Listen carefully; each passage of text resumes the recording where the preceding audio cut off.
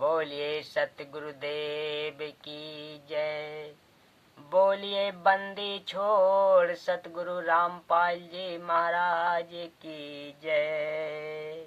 हाँ तो भक्तों, आज मैं आप लोगों के सामने अपनी आत्मकथा सुनाने जा रहा हूँ, तो सुनिए बड़े गौर से। अगर आप हमारे चैनल पर नए हैं तो प्लीज हमारे चैनल को सब्सक्राइब कर लें, बेल आइकन दबाकर ऑल पर क्लिक कर दें, ताकि मैं जो भी वीडियो अपलोड करूं उसकी नोटिफिकेशन आप लोगों तक पहुंचे। तो चलिए शुरू करते हैं। मैं भक्त ओम प्रकाश सुपुत्र श्री माता दीन,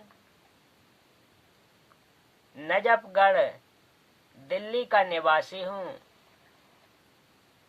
मुझे परम पूज्य संत रामपाल जी महाराज से नाम लिए 1.5 वर्ष हो गया है।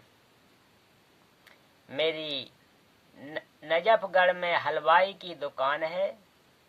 19 मई 2005 को रात के 9:30 बजे मुझे दुकान पर पेट में बहुत ज्यादा दर्द हुआ। दर्द के कारण मेरी हालत बिल्कुल खराब हो गई थी। मैं गुरुजी का नाम जपते जपते घर पहुंचा। घर में घुसते ही सामने गुरुजी की तस्वीर के सामने दंडवत प्रणाम किया। मैं दंडवत प्रणाम करके खड़ा हुआ तो मुझे पेट का दर्द महसूस नहीं हुआ। फिर मैं चारपाई पर लेट गया। चारपाई पर लेटते ही मैं बेहोश हो गया। मेरे चारों तरफ यम के दूत चक्कर लगाने लगे और मुझे डराने लगे। मैं डर के मारे बेहोश हो गया। तब यम के दूतों ने मेरे ऊपर सफेद चादर डाली और मेरे को उठाकर यमराज के दरबार में ले गए। यमराज के दरबार में मैंने देखा कि वहां पर लाइन लगी हुई थी। जब मेरा नंबर आया तो यमराज ने कहा कि इसको तालाब में फेंक दो। मैंने तालाब की तरफ देखा तो मुझे तालाब में मगरमच्छ दिखाई दिए। मैं मगरमच्छों को देखकर डर गया। तब मैंने अपने परम पूज्य गुरुदेव संत रामपाल जी महाराज को याद किया। उस समय धर्मराज के दूत मुझे तालाब में फेंकने के लिए तैयार हो गए। मैंने गुरुजी को पुकारा कि हे गुरुजी बचाओ।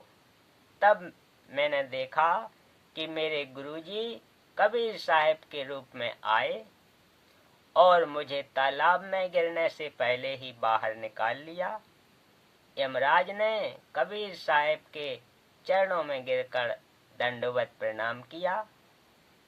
फिर गुरुजी अपने रूप में आ गए और मुझसे कहने लगे कि अब तू किस लिए डर रहा है, अब मैं तेरे साथ हूँ। तब मेरा डर दूर हो गया। धर्मराज ने गुरुजी से बहस की कि आप इसको बार बार क्यों बचाते हो, यह तो मेरा भोजन है। आपने इसको पहले ही 2 बार मरते मरते बचाया है। पहली बार तो स्कूटर और जीप की आमने सामने की टक्कर होने पर भी मुझे खरोच तक नहीं आई थी, और दूसरी बार मोटरसाइकिल स्लिप होने से बाद में चलते ट्रक के नीचे जा गिरा।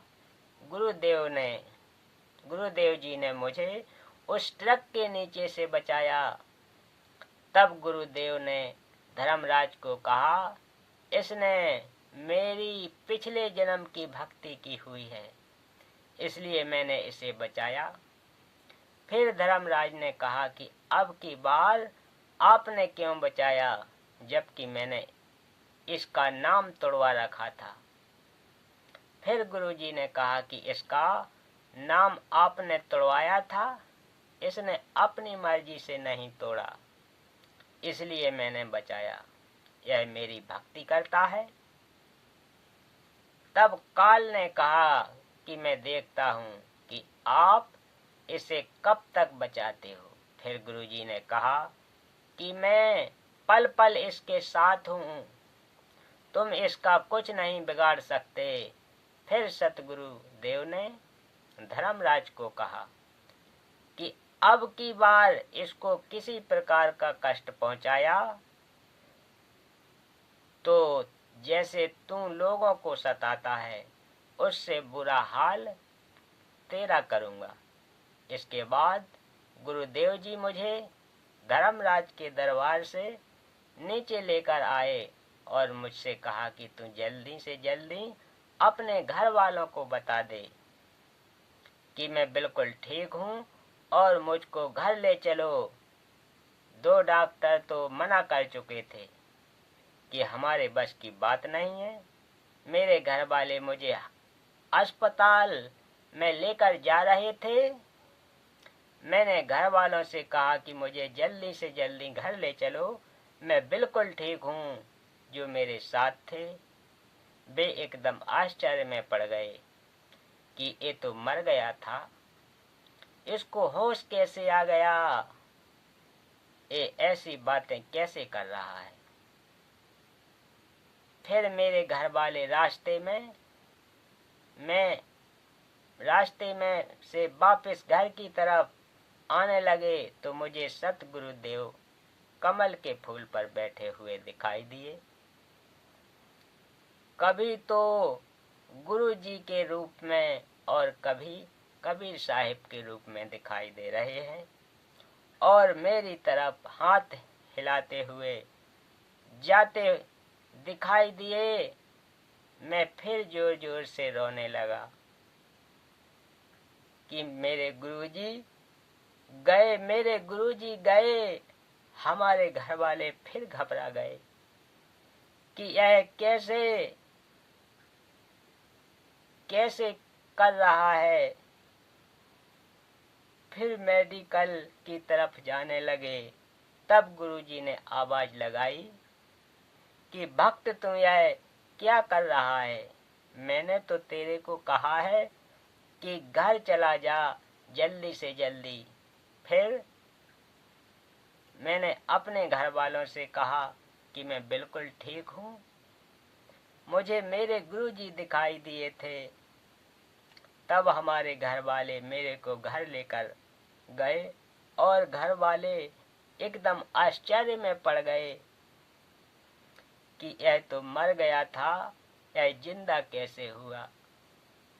मैंने अपने घर वालों को अपने साथ बीती सारी घटना बताई कि मेरे साथ ऐसे ऐसे हुआ और मेरे सतगुरुदेव जी मुझे घर छोड़कर चले गए। बोलिए सतगुरुदेव की जय।